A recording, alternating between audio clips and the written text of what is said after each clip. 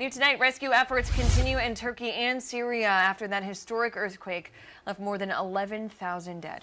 Crews have been working around the clock to find people trapped under rubble, and despite the tragedy, though, some joy was found after a young boy was found alive and safe in this community. You can see him being pulled out of that rubble there. Wow. Just a remarkable scene there in Syria.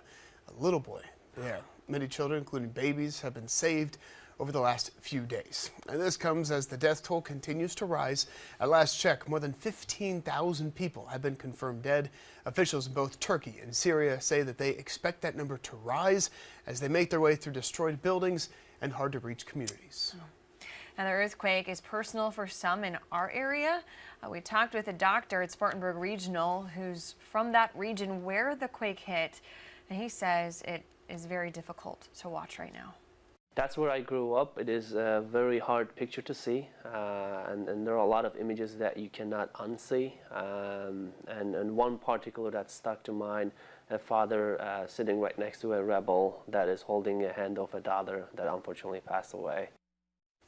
Now, if you would like to help with those recovery efforts, we have a link at foxcarolina.com, a place you can donate.